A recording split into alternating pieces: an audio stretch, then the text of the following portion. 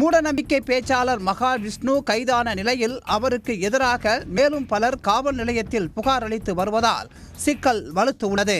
சென்னை அசோக் நகர் அரசு பெண்கள் மேல்நிலைப் பள்ளியில் உரையாற்றிய மகாவிஷ்ணு என்பவர் மூட நம்பிக்கையை பரப்பும் வகையில் பேசியதால் அவருக்கு கண்டனம் வலுத்தது. தட்டி கேட்ட மாற்றுத்திறனாளி ஆசிரியரையும் அவர் அவமரியாதையாக பேசியதால் பல்வேறு தரப்பினரும் தங்கள் எதிர்ப்பை பதிவு செய்தனர். இதையடுத்து மாற்றுத்திறனாளிகள் சங்கத்தைச் சேர்ந்த விஜயராஜ் என்பவர் சைதாப்பேட்டை காவல் நிலையத்தில் மகாவிஷ்ணு மீது புகார் அளித்தார். அதன் பேரில் போலீசார் வழக்கு பதிவு செய்தனர். பாரதிய நியாய சங்கீத சட்டத்தில் 4 பிரிவுகள், மாற்றுத்திறனாளிகளின் உரிமைகள் சட்டத்தின் கீழ் ஒரு பிரிவு என மொத்தம் 5 பிரிவுகளின் கீழ் மகாவிஷ்ணு மீது வழக்கு பதிவு செய்யப்பட்டது. அது தொடர்பாக நேற்று பிற்பகல் ஆஸ்திரேலியாவில் இருந்து திரும்பிய மகாவிஷ்ணு சென்னை விமான நிலையத்தில் வைத்து மடக்கி பிடித்து கைது செய்யப்பட்டார்.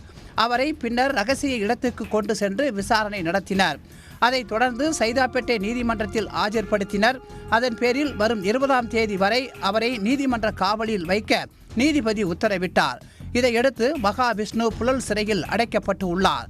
இந்த வழக்கை சட்டப்படி நீதிமன்றத்தில் எதிர்கொள்வோம் என மகாவிஷ்ணுவின் வழக்கறிஞர் தெரிவித்தார். திங்கட்கிழமையோ அல்லது செவ்வாய்க்கிழமையோ பெயில் பிடிஷன் ஹியரிங் வரும். இந்த வழக்கை நாங்கள் சட்டப்படியாக சந்திப்போம். இதனிடையே திருவொற்றியூர் காவல் நிலையத்திலும் மகாவிஷ்ணுவுக்கு எதிராக புகார் அளிக்கப்பட்டு இருந்தது. மாற்றுத்திறனாளிகள் சமூக நீதி இயக்கத்தின் தலைவர் சரவணன் அளித்த புகாரின் பேரில் திருவொற்றியூர் போலீசார் வழக்கு பதிவு செய்துள்ளனர்.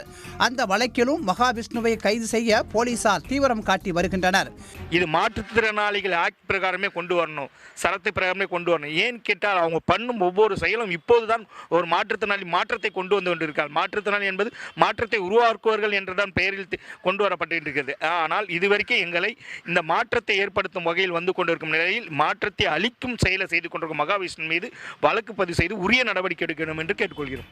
இதனிடையே தஞ்சாவூர் மாவட்டம் பட்டுக்கோட்டையில் மாற்றுத்திறனாளிகள் சுமார் 60க்கும் மேற்பட்டோர் ஒன்று திரண்டு நகர காவல் நிலையம் மற்றும் டிஎஸ்பி அலுவலகத்தில் மகாவிஷ்ணு மீது புகார் அளித்தனர். உரிமை சட்டம் 2016 பிரிவின் 92 கீழ் நடவடிக்கை எடுக்க வேண்டும் என்று பட்டுக்கோட்டை துணை கண்காணிப்பாளரிடமும் பட்டுக்கோட்டை நகர ஆய்வாளரிடமும் நெற்கதிர் மாற்றுத்திறனாளிகள் முன்னேற்ற நலச்சங்கம் டிசம்பர் 3 இயக்கத்தின் சார்பாக புகார் அளித்துள்ளோம். இன்னைக்கு இந்தியாவையே திரும்பி பார்க்க வச்சிருக்கு. பாரா ஒலிம்பிக்கில் கிட்டத்தட்ட 25 பதக்கங்களோட முதல் இடத்துல பிடிச்சிட்டு இருக்காங்க. இன்னைக்கு மாற்றுத்திறனாளிகள் பிடிச்சிட்டு இருக்காங்க. அப்படி இருந்தும் கூட இப்பேற்பட்ட மாற்றுத்திறனாளியை அவங்க ரொம்ப இழிவுபடுத்தி பேசியிருக்காங்க. இது ரொம்ப வன்மையாக கண்டிக்கத்தக்கது. தமிழ்நாடு முழுவதும் பல இடங்களிலும் மகாவிஷ்ணு மீது புகார் அளிக்கப்படும் எனவும் மாற்றுத்திறனாளிகள் சங்கத்தினர் தெரிவித்தனர். அதன்படி சென்னை முத்தையால்பேட்டை காவல் நிலையத்தில் மாற்றுத்திறனாளி வடிவேல் என்பவர் புகார் அளித்து உள்ளார். நாங்கள் எந்திரி காவலிலேருந்து புகார் கொடுத்துருக்கேன். அவர் மீது சட்டப்படி நடவடிக்கை கண்டிப்பாக எடுக்கணும். அதில் எந்த மாற்று கருத்தும் கிடையாது. தீவிரவாதியை விட மோசமான இந்த செயல் பள்ளியில் பேசுகிறது, பள்ளி பசங்களை இது மாதிரி உணர்ச்சியை தூண்டுறது, இப்படிலாம் ஏற்றுக்க முடியாது. அதை தாண்டி மாற்றுத்திறனாளி பேசுறதுன்னு சொன்னால் அதை அனுபவிக்கவே முடியாது.